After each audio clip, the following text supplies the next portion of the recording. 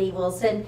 I'm one of the teachers here at Humphreys West, and today I'm here to give you a brief overview of the UPK and also be able to talk, introduce Dr. Waterman. She's with EDIS, and so kind of want to go over EDIS since it starts out from birth to age 3. I'll let Dr. Waterman talk first, and then we'll go into UPK. Okay, I'm Dr. Waterman, and I'm the program manager of EDIS, which stands for Educational and Developmental Intervention Services. We have 2 programs under the EDIS umbrella. We have the Early Intervention Program that services children from birth up to 35.9 months. At 36 months, they actually go over to the school. In that program, parents can actually refer directly to us, a doctor can refer to us, or FAP can refer a child to us. Our second program is Related Services. Related Services, we're kind of like a contract company to the school, and we service kids that the school refers to us only, for school-related issues only. And there we would service children from 3 up to 21 if they were still in the school at that point in time. In our early intervention program, what we do is we utilize a parent coaching model. Now that's not making parents a therapist. What we're doing is actually problem solving with parents through routines, and we utilize routines so that the child can get the most practice throughout the day. So if you fit something in a routine, the child has more opportunities to do it. So what we're doing is problem solving with the parent through a routine, how they can get a specific skill in during that routine that they would like. And parents, you know, you are their first teacher. You're before we even begin and everything. So gathering information from you is very important, and being able to work with you one-on-one provides that great early intervention time and everything. And from EDIS, like she was saying, we transfer to UPK, and UPK starts at 3, where they could go into the PSCD program, or at 4 they could sit there and go into the Universal Pre-K program, which is all day.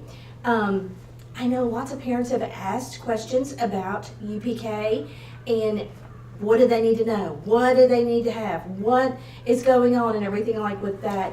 And it is a great opportunity for your child to sit there and get the early interventions of socialization, being able to sit there and learn about the school environment. It is a great opportunity for them to be able to interact with others. During this time, they will be introduced to their letters, their numbers, as well as other things like positional words. And because with kindergarten nowadays, it is growing so much, they're reading by Christmas. Yes, parents, they are reading by Christmas time in kindergarten. So we want to prepare those pre-K kids. And so introducing them to those letters and those numbers and getting them to be able to socialize is very important. Lots of parents are like concerned about potty training maybe. And it is not a requirement that they be potty trained, but it is a plus, we could say, because as a parent, it is vital that you sit there and teach the skill in the home and everything, and be able to introduce that routine in their life and everything, so that when they do get to school, they feel like they've accomplished things and that they're able to join in with others and everything and be developmentally ready. Is there more you would like to talk to us about with EDIS? Yeah. One of the reasons why we do the early intervention services in EDIS is because the earlier you can get in and help children develop, the sooner you can kind of affect their brain. So you can make a lot of different changes that are much more permanent. The longer you wait, the more habits the child has and the harder it is to teach them. So if we can get in and get to those routines early on, we can make some significant changes so that then a child has a lot better outlook for when they enter school and a lot more skills for when they enter school. Dr. Waterman, I have a question. Lots of parents are kind of reluctant because of EFMP. You know, they don't want to report to EFMP and everything because of overseas and everything. Can you tell us, does it really affect a person's career? It can affect their career. There's EDIS sites throughout where there's major DoD EA schools overseas. So EDIS is in a lot of overseas countries to be able to service the children as well as the schools.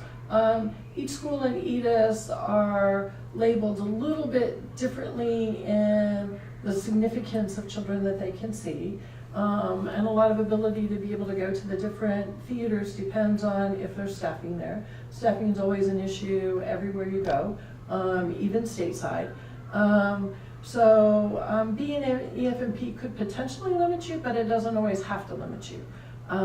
Also in the United States, they're working on setting up a lot of different centers where families can homestead at so that you can get all the services, and the active duty member can still come overseas and serve a shorter tour if the family member isn't allowed to come over. That sounds great, because those dads and those moms who are servicing her, they can still pursue that career and everything while still getting those early interventions for those for their children and everything, so that they can be ready for school. Because over here, it seems like at times the dads are so busy or the moms are so busy, they don't have that connection, that support that they do in the States. That's very true. Oftentimes families come over here, and whoever the active duty service member is so busy in either deployments, depending on what theater you're in, or all kinds of exercises, that they're rarely home to help out with anything anyways. And if you're overseas, then you miss out on those valuable opportunities of having grandmas, aunts and uncles, friends be able to come over and just babysit, or you to be able to go out, for just a cup of coffee to decompress yourself after a hard day of being a parent. So remaining stateside is sometimes a great option for a lot of parents to be able to get the support services they need, especially from their families. But the spouse can still go overseas, like you said, and do a shorter term and still be able to advance in their career path. Right. It wouldn't necessarily affect in any way the spouse being able to come overseas. They would come overseas for a shorter duration.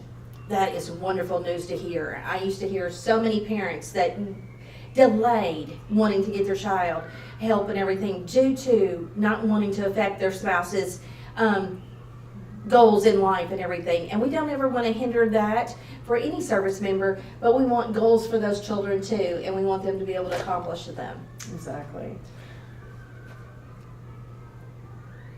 So with UPK, I know a lot of you are wondering, it is a structured kind of play and peer socialization where you may look in and sit there and think, what is my child learning? They're learning about life skills. They're learning how to be able to interact with their friends. They're being able to sit there and problem solve. They're being able to learn those letters and numbers and those foundational skills by just being able to play and be exposed to different things. The teachers are integrating, the teachers are developing and sitting there and providing them opportunities and practices that they would not normally get in just a regular play date. So UPK is an awesome opportunity to be able to enroll your child in and gain those great skills of extending their thinking. Parents, are you wondering, how can I help my child? Help them with readiness at home. Well, there's lots of things that you could do, like EDIS has mentioned. Providing that structure, providing that routine at home is very vital. And everybody's schedule, even mine. When you have a very structured schedule and you kind of know what is expected of you, you do better. And that's exactly the way it works for children. They do better when they are following a routine and they know what is expected of them. So at home, having a set time to brush our teeth, having a set time to sit there and go to bed, having set times to be able to sit down with the family and be able to eat and do things together are very important. And those are ways that parents can sit there and help their children at home. Reading to them, that is another way. Most children are looking at their little iPads, doing little things on the computer, which I love technology, but I also think that old school way with a book is wonderful. Being able to sit down with that child, flip through that book, getting them to notice things in that book. Talking about the pictures, you don't have to read it word for word for them. You can just improvise and talk about it any way that you would like for it to go. And talk about, oh, do you see that in the story? What do you think is going to happen next? It gives them ideas of what could happen in the story, and then be able to flip that page and see, did it happen or did it not? It gives them able to answer questions without feeling a fear that they're going to get it wrong. Because that's one thing that children have a fear, that they're going to answer something wrong, so sometimes they don't want to answer. But if you're flipping those pages and you're going over it with the child and everything at night, or to me at night, I'm exhausted, so sometimes just during the day, sit down with them and go through those books. Working puzzles. Yeah, making your own books too at home. If you don't have a lot of books or you can't get to the library for some reason, most everybody has their laptop and their printer. Print off some pictures of an outing that you did and make that into a book and talk about that. Children often really love to reminisce about what they did on an outing. Oh yes, and being able to record that and putting it up on the refrigerator, that makes a kid feel so proud. I mean, so simple things like that makes it easy for you as a parent and for your child to be able to learn and everything. I know you may have more questions and and things for us to answer. And so in June, we might be having a potential live session so that you can be able to join and ask us any questions. EDIS has sat there and provided us a wonderful PowerPoint that we're going to add to this. There's always handouts and everything that you can gather at the school if you need to. And EDIS is so wonderful here. They're just right the next little parking lot over from us and everything. So if you need any help, we're all both here to help you during this time, and we thank you for all that we can do for you. And don't forget, all we need is a parent referral at EDIS, and the phone numbers will be in the PowerPoint presentation. Thank you so much for joining us. Thank you for having me.